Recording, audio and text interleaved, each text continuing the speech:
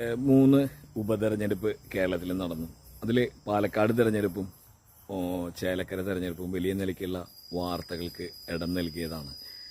ഉറപ്പായും ഒരു anti ഇൻക്യുംബൻസി factor ഉണ്ട് എന്ന് ഉറപ്പിച്ചിരുന്ന VD സതീശൻ ആദ്യ മാധ്യമ പടകളെല്ലാം തന്നെ ചേലക്കരയിലും തോൽക്കും എന്ന് തന്നെയാണ് കരുതിയിരുന്നത്.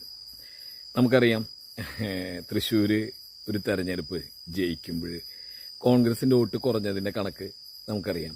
അതുതന്നെ പാലക്കാട് ഒരു തെരഞ്ഞെടുപ്പ് കോൺഗ്രസ് ജയിക്കുമ്പോൾ BJPയുടെ വോട്ട് കുറഞ്ഞത് നമുക്ക് അറിയാവുന്നതാണ്.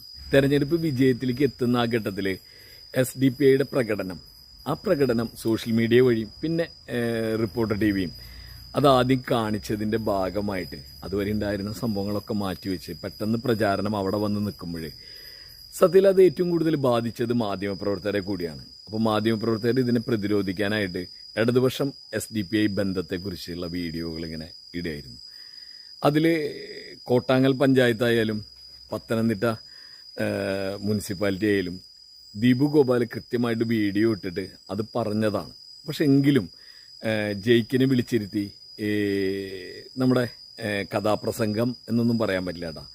കഥാപ്രസംഗം ഒരു നല്ല കലയാണ്. 24-ലെ ഹാഷ്മി നാളെയാണ് എന്ന് പറയുന്ന രീതിയിൽ പറയുന്ന ഒരു കാര്യമുണ്ട്. അത് നമുക്കൊന്ന് ആദ്യം കേൾക്കാം. നഗരസഭയിലെ വൈസ് ചെയർപേഴ്സണായിരുന്നു, കോൺഗ്രസിന്റെ നേതാവായിരുന്നു. അവരുടെ ജീവിത പങ്കാളി ഹൈദറിന്റെ മരണാനന്തരം ആമിന ഹൈദർ അല്ല സാറേ കോൺഗ്രസ് ഹൈദറായിരുന്നു കോൺഗ്രസ് നേതാവ്. അവരുടെ ഭാര്യയാണ് ആമിന ഹൈദർ. ആമിന ഹൈദർ വിജയിച്ചത് എങ്ങനെയാണ്? ഇനി പറയൂ കാൽക്കാശിന് വിലയില്ലാത്ത വിവരക്കേട് കള്ളത്തരം താങ്കൾ തട്ടിപ്പൊളിക്കുന്നുണ്ടല്ലോ. ആമിന ഹൈദർ ജയിച്ചത് ആരുടെ പിന്തുണയിലാണ്? DK അങ്ങ് നോക്ക് പത്തനംതിട്ട നഗരസഭ UDF LDF 3 സ്വതന്ത്രർ 3 SDPI 3 ആമിന ഹൈദറിന്റെ പോസ്റ്ററാണ് ഞാൻ ചൂണ്ടിക്കാണിക്കുന്നത്. അവർ SDPI പിന്തുണയോട് കൂടിയിട്ടല്ല കോൺഗ്രസ്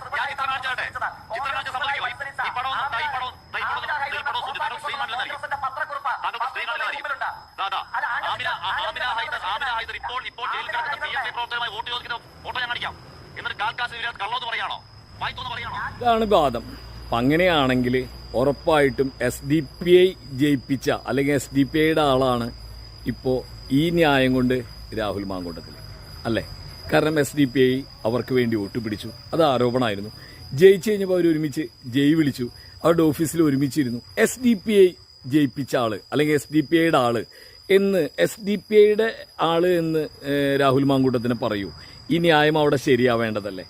നമ്മളിതിൻ്റെ യാഥാർത്ഥ്യം കൊണ്ടുവന്നതാണ്. ആമിന ഹൈദർ കോൺഗ്രസ് പ്രവർത്തകന്റെ ഭാര്യയായിരുന്നു. അദ്ദേഹം മരണപ്പെട്ട് കഴിഞ്ഞപ്പോൾ ആമിന ഹൈദർ കോൺഗ്രസ് സ്ഥാനാർത്ഥിയായിട്ട് അവിടെ ജയിച്ചാണ്. അടുത്ത പ്രാവശ്യം സീറ്റ് കൊടുക്കാതെ വന്നപ്പോൾ അവർ സ്വതന്ത്രയായി നിന്ന് ജയിച്ചാണ്. ഇതാണ് അതിൻ്റെ വസ്തുത. ഇനി ഇതിൽ നമ്മൾ പറഞ്ഞതല്ലാതെ മറ്റൊരു മാധ്യമം പറയുന്നത് നമുക്ക് കേൾക്കാം.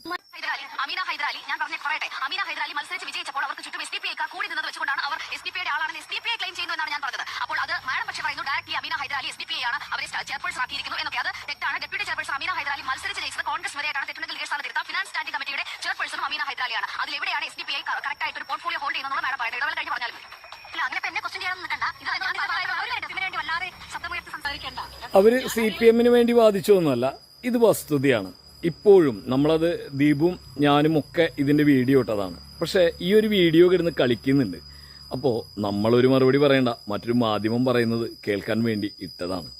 ഇനിയും നിങ്ങൾക്ക് വരാം. ഈ ന്യായം വെച്ചാണെന്ന് വെച്ചാൽ ഹാഷ്മി നിങ്ങൾ കോൺഗ്രസിനെ കൊണ്ട് കുഴിയിലാക്കി. SDPIയുടെ സ്ഥാനാർത്ഥിയായി ആര്? അപ്പോൾ രാഹുൽ മാങ്കൂട്ടത്തിൽ ആണോ ഹാഷ്മി? ഈ മണ്ടത്തരം ഷെയർ ചെയ്യുന്നവർ ഇതുകൂടി ഒന്ന് ആലോചിക്കുക. അപ്പോൾ ഓക്കെ, എല്ലാവർക്കും ശുഭരാത്രി.